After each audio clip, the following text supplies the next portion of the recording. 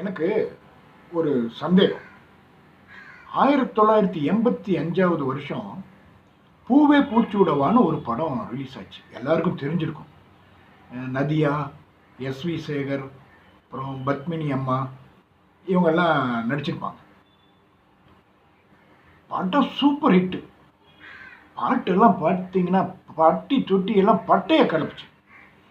Fazil sir direct பண்ணியிருப்பார், இளையராஜா ஐயா இசையமைச்சிருப்பார், வைரமுத்து ஐயா வந்து எல்லா பாட்டும் எழுதியிருப்பார். அதெல்லாம் ஓகே. பாட்டம் சும்மா சொல்லக்கூடாது, ரொம்ப நல்ல படம், குடும்பத்தோடு உட்காந்து பார்க்கக்கூடிய ஒரு படம். அதில் ஒரு தீபாவளி விசேஷம். அந்த விசேஷத்துக்கு இந்த குழந்தைங்களோட சேர்ந்து நதியா ஒரு பாட்டு பாடுவாங்க. அதாவது இந்த மத்தாப்பெல்லாம் கொளுத்திக்கிட்டு பட்டாசை சுட்டு சுட்டு போடட்டுமா, மத்தாப்பு சேலை கட்டி ஆடட்டுமா, சித்தாட சிட்டுத்தானம்மா. இது வரைக்கும் ஓகே. இப்போ 4வது வரி பாருங்க. தீவிலிக்கு தீவிலி எண்ணெய் தேய்ச்சி நீ குழி அப்படின்னா தீவிலினா என்ன? எனக்கு அதுதான் புரியல. ஒருவேளை தீபாவளியை தான் தீவிலின்றாங்களா? அப்போ தீபாவளிக்கு தீபாவளி எண்ணெய் தேய்ச்சி குளிச்சா போதுமா, மற்ற நேரத்தில் எண்ணெய் தேய்ச்சி குளிக்காதீங்கன்னு சொல்ல வராங்களா? அது ஓகே, அது எண்ணெய் தேய்ச்சி குளிக்கிறது இருக்கட்டும். அந்த தீவிலி அப்படின்னா தான் என்னன்றது எனக்கு ஒன்றுமே புரியலைங்க. அதாவது சூழ்நிலைக்கு தகுந்த மாதிரி வார்த்தைகளை சுருக்கி போட்டுக்கலாமா என்ன? தீபாவளியை தீவிலி அப்படின்னு பண்ணிக்கலாமா என்ன? எனக்கு தான் பெரிய சந்தேகமாக இருக்குது. இதை பற்றி ஏதாவது டீட்டெயில் தெரிஞ்சிருந்தா எனக்கு கமெண்ட் பாக்ஸில் கமெண்ட் பண்ணுங்களேன் ப்ளீஸ்.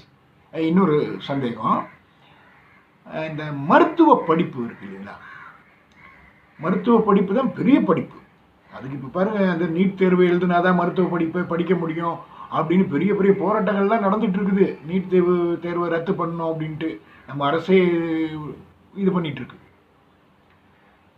இப்போது மருத்துவர்கள் ஒவ்வொரு வருஷமும் படிப்பை முடிச்சுட்டு மருத்துவர்களாக எத்தனை லட்சம் பேர், நம்ம இந்தியாவில் மட்டும் சொல்கிறேன், எத்தனை லட்சம் பேர் மருத்துவர்கள் வெளியே வராங்க. இப்போ அத்தனை லட்சம் மருத்துவர்கள் வெளியே வர்றாங்கன்னா அப்போ கோடிக்கணக்கான நோயாளிகள் தேவை இல்லையா? அப்போ தானே அவங்களுக்கு வேலை, அவங்க மருத்துவம் பார்க்க முடியும். இல்லைன்னா இப்போ நம்ம மக்கள் எல்லாம் வந்து ஆரோக்கியமான உணவுகளை சாப்பிட்டு ஆரோக்கியமாகவே இருந்துட்டா இப்போ அவங்களுக்கு வேலை இல்லாமல் போயிடும், அந்த படிப்புக்கு ஒரு மரியாதை இல்லாமல் போயிடும் இல்லையா? எனக்கு என்ன ஒரு சந்தேகம்னா, இப்போ நோயாளிகள் உருவாகிறாங்களா உருவாக்கப்படுறாங்களான்ற ஒரு விஷயம்தான். எப்படின்னா, இப்போ நிறையா சாப்பிட்றோம், அதில் ஏதாவது இந்த கெமிக்கல் ஸ்லோ பாய்சன் மாதிரி மிக்ஸ் பண்ணி கொடுத்து நோயாளிகளை உருவாக்குறாங்களா அப்படி ஏதாவது. இது ஒரு சின்ன சந்தேகம் தான், சந்தேகத்தை தான் கேட்குறேன். சின்ன சந்தேகம் இல்லை, இது சந்தேகம்னா பெரிய சந்தேகம். அது எனக்கு அப்படி ஒரு தோணுது. அப்படி ஏதாவது பண்ணி நோயாளிகளை உருவாக்குறாங்களா? ஏன்னா அத்தனை லட்சம் டாக்டர்கள் வருஷம் வருஷம் வெளியில் வர்றாங்கன்னா அவங்களுக்கெல்லாம் வேலை வேணும்னா இவ்வளோ நோயாளிகள் எந்த ஒரு ஹாஸ்பிட்டலுக்கு போங்க நோயாளிகள் குவிஞ்சிக்கிட்டு தான் இருக்காங்க, அட்மிட் ஆகிறதுக்கு பெட் இல்லைன்றாங்க. இந்த மாதிரியெல்லாம் இருந்துக்கிட்டு தான் இருக்குது. எனக்கு அதுதாங்க பெரிய சந்தேகம். இதை பற்றி யாருக்காவது டீட்டெயில் தெரிஞ்சால் கொஞ்சம் எனக்கு கமெண்ட் பாக்ஸில் கமெண்ட் பண்ணுங்களேன் ப்ளீஸ். இருக்க ஒரு நிமிஷம் இன்னும் ஒரே ஒரு சந்தேகம் ப்ளீஸ். இந்த ஹார்லிக்ஸு, போன்விட்டா, பூஸ்ட்டு இது எல்லாருக்குமே தெரிஞ்சிருக்கணும். நம்ம பெரியவங்களும் குடிக்கிறோம், குழந்தைங்களுக்கும் கொடுக்குறோம். விளம்பரத்தில் என்ன பண்ணுறாங்க பார்த்தீங்கன்னா, எங்கள் பிராண்டை நீங்கள் சாப்பிட்டீங்கன்னா இம்யூனிட்டி பவர் கூடும், குழந்தைகள் நல்லா வளருவாங்க, ஞாபக சக்தி கூடும் அப்படின்னு எல்லாம் சொல்லி விளம்பரப்படுத்துகிறாங்க. ஓகே, நம்மளும் நம்பி வாங்கி குழந்தைங்களுக்கு கொடுக்குறோம், நம்மளும் சாப்பிட்டுட்டு இருக்கோம்னு வைங்களேன். இப்போ சமீபத்தில் கொரோனா வந்துச்சு. இந்த கொரோனானால நம்மெல்லாம் எவ்வளோ கஷ்டப்பட்டோம், ஏன்னா சொல்லவே வேண்டியதில்லை. ஆனால் அந்த டைமில் இவங்க எங்கே போனாங்க?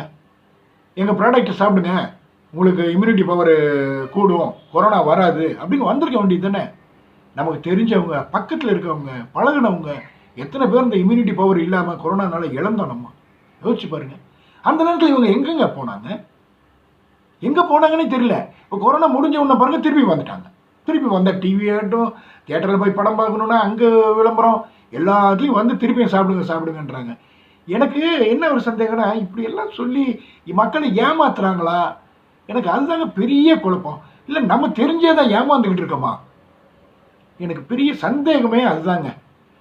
இதை பற்றி யாராவது டீட்டெயில் தெரிஞ்சால் எனக்கு கொஞ்சம் கமெண்ட் பாக்ஸில் கமெண்ட் பண்ணுங்களேன் ப்ளீஸ்.